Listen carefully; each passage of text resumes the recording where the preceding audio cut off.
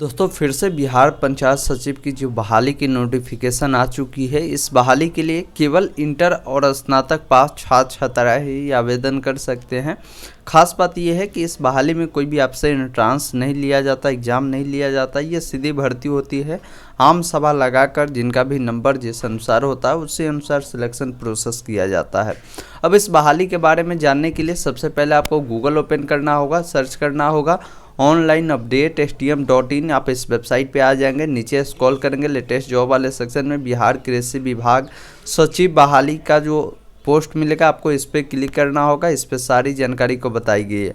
आवेदन की जो प्रक्रिया है 27 मई से स्टार्ट कर दी गई है। 4 जून तक इसका आवेदन होगा। जो भी छात्र छात्रा है आवेदन करना चाहते हैं आप आवेदन कर सकते हैं। यहाँ पे देखिए ये जो बहाली होती है सभी ज़िलों में एक साथ नहीं निकाली जाती है। सभी ज़िलों के लिए अलग अलग डेट आती है। जैसे बहुत सारे ज़िला में ये बहाली आई थी, बहुत ज़िला में ख़त्म भी हो चुकी है, बहुत सारे ज़िला ऐसे हैं जहाँ ये बहाली आना बाकी है। तो फिलहाल ये जो बहाली है आपको चेक करना होगा कि आपके ज़िला में है या नहीं। तो यहाँ पे एक ऑप्शन मिलता है चेक डिस्ट्रिक्ट वाइज वैकेंसी और क्लिक हेयर का पॉपअप मिलता है। आप इस पर आकर एक बार क्लिक करेंगे। आपको ये चेक करना ज़रूरी भी है। आप किसी भी ज़िले से आ रहे हैं तो आपको एक बार देख लेना है कि आपके ज़िला में ये बहाली है या नहीं है। यहाँ से आपको डिपार्टमेंट सेलेक्ट कर लेना है। डिपार्टमेंट सेलेक्ट करने के बाद यहाँ पे आपका जो भी डिस्ट्रिक्ट होगा यहाँ से डिस्ट्रिक्ट को आप अपना सेलेक्ट करेंगे जिस भी ज़िले से आप आते हैं। फिलहाल यहाँ पे हम रोहतास को सेलेक्ट किए हैं। रोहतास में ये बहाली को अभी चलाई जा रही है और यहाँ पे ये जो बहाली कृषि डिपार्टमेंट की ओर से निकाली गई तो कृषि डिपार्टमेंट आपको देखने को मिलेगा। उसके बाद एक ऑप्शन मिलता है सर्च का, सर्च पे क्लिक करेंगे।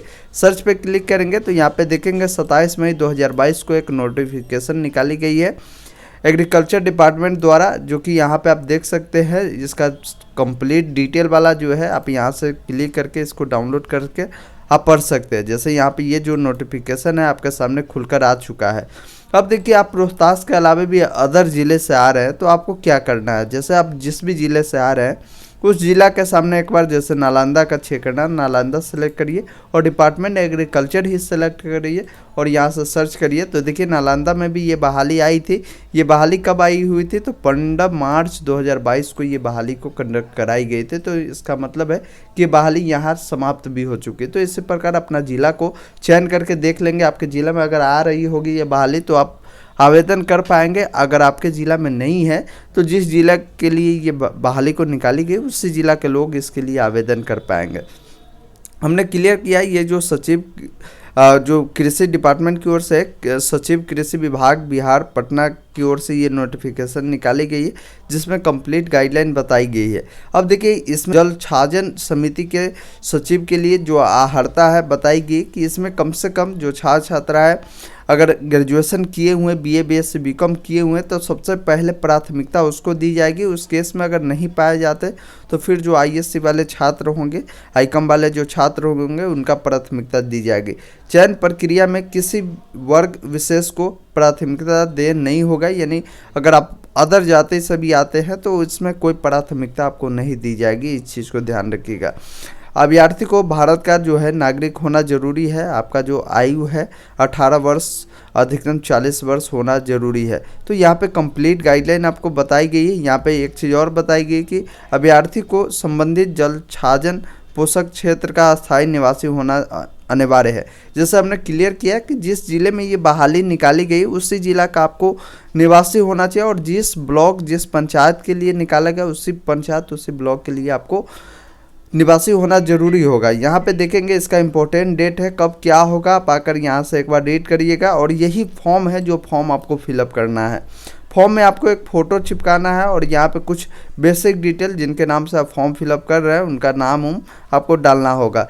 ये फॉर्म जमा करने का जो एड्रेस दिया गया इसी एड्रेस पे इस फॉर्म को आपको जमा करना होगा। इस चीज़ को ध्यान रखिएगा। यहाँ पे सारा डिटेल आप फिलअप कर लीजिएगा। तो ये इस फॉर्म को भरने की प्रोसेस थी। इसके अलावा भी आपको और डिटेल समझना है तो यहाँ पे 2 नोटिफिकेशन निकाली गई। दोनों नोटिफिकेशन एक बार आप रीड करिएगा तो बेटर ढंग से आपको समझ में आ जाएगी। जैसे यहाँ पे क्लिक करिए और एक और नोटिफिकेशन है इसको डाउनलोड करके हम आपको दिखाते हैं। जैसे ये नोटिफिकेशन डाउनलोड करेंगे थोड़ा सा वेट करेंगे।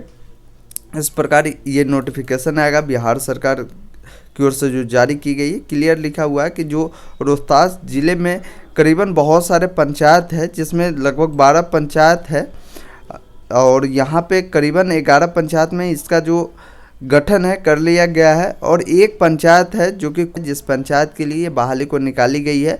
तो यहाँ पे कंप्लीट गाइडलाइन आपको बता दी गई है, आप आकर एक बार पढ़ लीजिएगा और अधिक जानकारी के लिए इस वेबसाइट पे भी सारी जानकारी को बता दी गई है, आप आकर एक बार पढ़िएगा जहाँ पे कंप्लीट प्रोसेस आपको समझ में आ जाएगा।